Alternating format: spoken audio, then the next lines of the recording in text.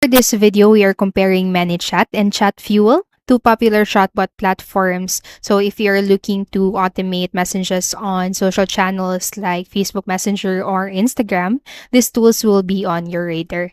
And by the end, you'll know which one suits you better. And remember, there is a free ManyChat sign up link down below if you want to try it out for yourself. So now let's start with a quick overview.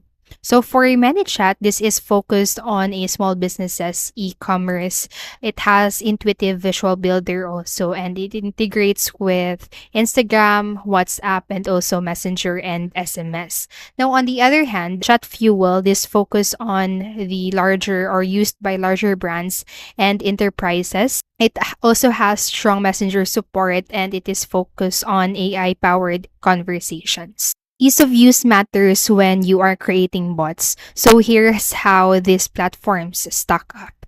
So for ManyChat, the visual flow builder makes setup quick even if you are a beginner. So once you click onto the new automation, you will have different templates that you can use, and also the drag and drop functionality is straightforward. On the other hand, Chatfuels offers templates but may still feel complex to some new users, and it is slightly higher, or it has a slightly higher learning curve for advanced AI features.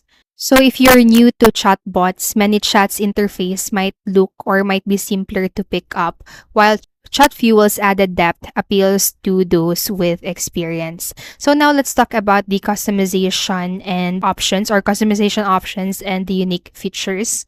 ManyChat is excellent for creating e-commerce bots and Instagram automatizations. So as you can see right here, I have set up an automation for my Instagram account. So once the user comments on my reel or post, it sends message to them, and you can just set this up easily by using or by going to the step-by-step process of creating your automation. So it includes advanced features like conditional logic and also action steps.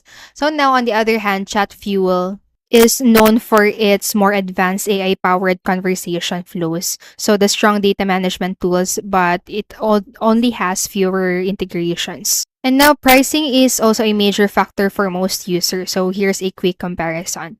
So for ManyChat, it has free tier available with basic options, and paid plan starts around $15 per month for you to become a pro, or for you to be able to access the pro plan. While on the Chatfuel, it does not really have a free plan, or the limited free plan, and it has a limited free plan and has a starter or higher starting rate.